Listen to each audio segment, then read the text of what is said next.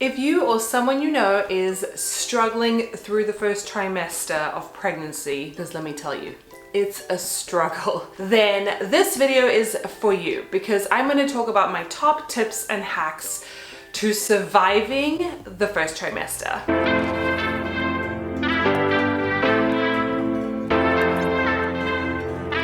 Hello, my name is Julie. I'm an occupational therapist and I have 2 kids, age 5 and 3, and I am pregnant with my 3rd baby. I'm about, not quite halfway, I'm 17 weeks right now, so that first trimester is not such a distant memory. Whew, you forget it when you have the baby, but when you've just gone through it is brutal. So if you like videos all about minimalism, intentional living, motherhood, trying to wrap it all together and just do right in the world, then make sure that you subscribe to my channel, click the notification bell, give this video a big thumbs up if you like pregnancy videos and intentional living.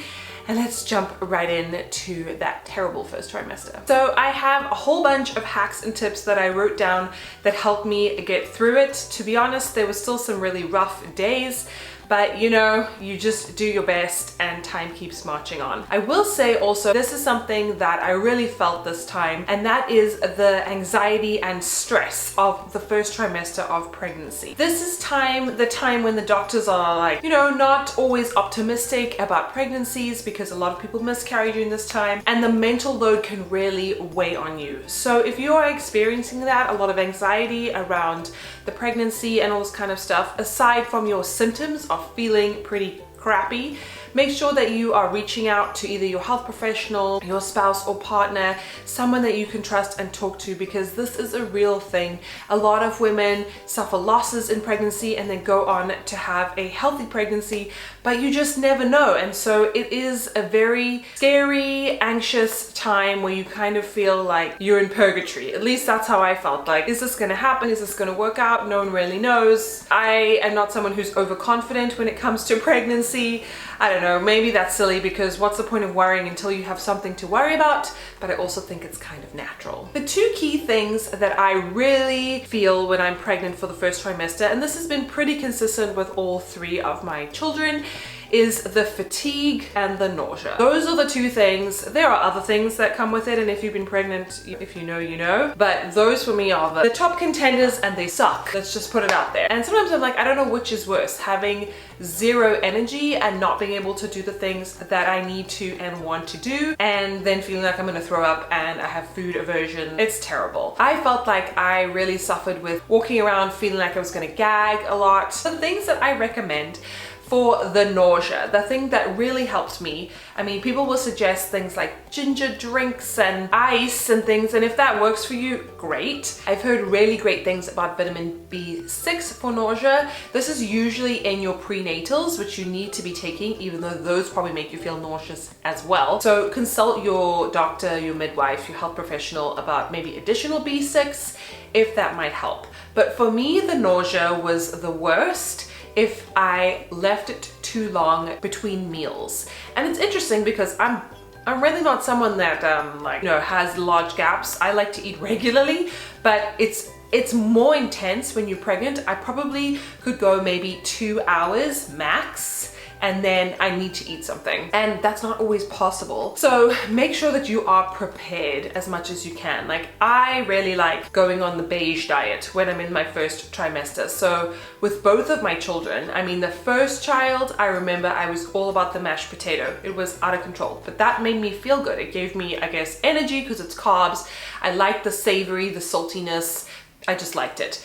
This time around, I loved and craved tater tots, which is bizarre, but also potatoes, so you know. So this time around, I really wanted tater tots, and wouldn't you know, there was some kind of a shortage. I don't know what it was, thanks COVID, but there was some kind of shortage and we could not get tater tots. So I guess French fries, you know, baked at home, they kind of had to do. But in a pinch, I would also eat like bagels with butter or just pasta, plain. I mean, I had very specific food preferences. So, you know, I think the first trimester is about surviving, not thriving. And I know you should be guzzling green smoothies and salads. I just couldn't. It's just too much. I do think it's like all evolutionary and it's designed to protect you, because probably the beige diet have the least they're so processed, they have the least amount of toxins likely, I don't know. But yeah, I just did what I could to survive as far as food goes. The one thing though about the beige diet and being pregnant and the progesterone is that only eating carbs, you're not getting very much fiber, and progesterone tends to make people constipated. So I would recommend something like this, which is a magnesium supplement, which I've used in all of my pregnancies, I think. And it also helps you sleep. Not that you really need help in the first trimester to feel more sleepy, but you do get pregnancy insomnia, or you can get pregnancy insomnia. People also talk about dreaming like crazy nightmares when they're pregnant. So this helps with like feeling more calm. I think that's what it's marketed for, is like sleeping, but it also helps you go to the bathroom. So make sure that you're not taking too much. They say to start with like half a teaspoon and build your way up. I'm not a doctor, so consult your doctor, but this will definitely help keep you regular, if you know what I mean. Also very useful for afterbirth as kind of like a natural stool softener, and because it's a magnesium supplement, it helps prevent the Charlie horses that pregnant women get when they carbs cramp up, most painful thing ever. So it's really, really good for all of those things. I'll have it linked down below. All right, so the beast, which is the fatigue that comes with the first trimester. And you know, I've spoken to a lot of people and sometimes they don't have the nausea and I'm like, how is that possible? But typically everybody feels very tired in the first trimester, and that has to do with your placenta not being fully developed yet and the hormones playing a big role in feeling very tired. Plus you're making a brain and a heart and kidneys and liver and doing all this crazy stuff. I mean, your baby is basically fully formed by the time you get to the second trimester, and that's usually when you start to feel better. So it's interesting that there's a big correlation between your energy levels and the fetal development, but it totally makes sense. Here's the thing, if you've never experienced this before, set your expectations like way down of what you're able to achieve during your first trimester. I've experienced the first trimester working full-time, I've experienced it working part-time with a toddler, and now this time I was fortunate to not have to go into an office, but I still had work obligations that I had to fulfill, but I was much more in charge of my time. But holy moly, I don't know how I did it the first few times, because boy oh boy, all I wanted to do was take a nap in the afternoon, especially for me, that sort of 2 p.m. to 4 p.m. period of time, it's the worst. So set your expectations super low. If you can, I would cancel your social life. You just have to assess what absolutely has to be done. So if you have a job and you have to show up and you have to be perky and pretend everything is fine, that's probably where the majority of your energy is going to go. Or if you're staying with your kids at home and you have another baby to look after or a toddler to look after, it's tough and it's worse because typically people don't tell anybody that they're pregnant during this time. So you're not getting any extra help or support. So if you can tell someone, I would definitely do that. If you can hire out help in some way, is that a babysitter? Is that online shopping? Is that, you know, getting your groceries delivered versus you having to go get them? Whatever you can to just preserve that precious, very limited energy that you have, I would highly recommend that. And I think if you go into this thinking that you're not going to have a lot of energy and this is going to be like a hibernation period for you, I think it'll be better to accept that, because maybe you'll have more energy than you expect and be able to do a few more things. Plus, pregnancy is, you know, God willing, a long period of time, and you're going to get a burst of energy, hopefully. You're going to start to feel better, hopefully. Not everybody does, so if you do, thank your lucky stars.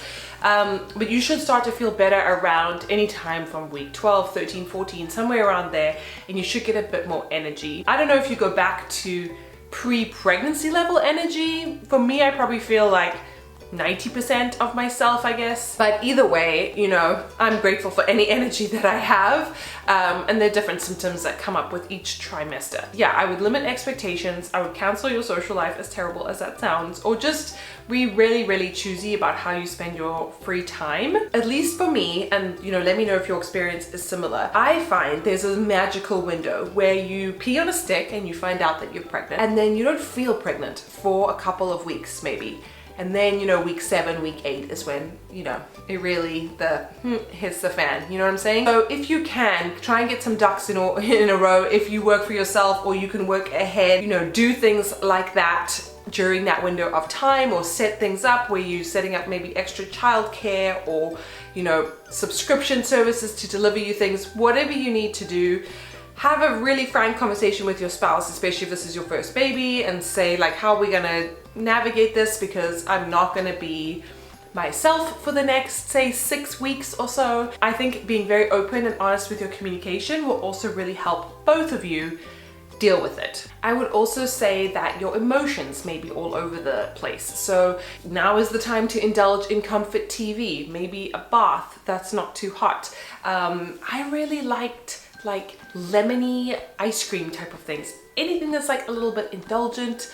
Now is the time, if ever there was, especially if you don't have any other children and you actually do have time for yourself. This is really, really important. But the most important thing is to take care of yourself. Go easy. There are a lot of tests thrown at you. There's a lot of what ifs. There's a lot of, you know, doubts and things that go on during this period of time. It's definitely the time when you're visiting the doctor frequently. You're having a lot of blood taken. You're doing a lot of ultrasounds and all this kind of stuff. And it's stressful. And it should be, you know, seen as that, as being a high intensity period of time. And people should honor that for you. If you're going through this, I'm sorry, I feel you. Remember, it will pass. Time always passes.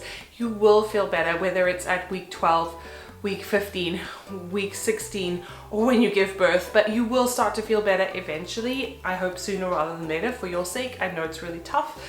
But yeah, if you've enjoyed this video, make sure that you subscribe, click the notification bell, give this video a big thumbs up if you like pregnancy type of content, and kind of wielding it together with being minimal and more in control of your life. Because when you do have these periods where you need to be slower and kinder to yourself, you want other things to be in control around you. You want your environment to feel good. You want there to be systems and routines in place, which is a lot of the stuff that I talk about on this channel and in my free courses and also in my paid courses. So make sure you stick around, check out the links down below for my free mini course on taking back control in your life if you're a mom, and even if you're not a mom. And I will see you in my next video. Bye.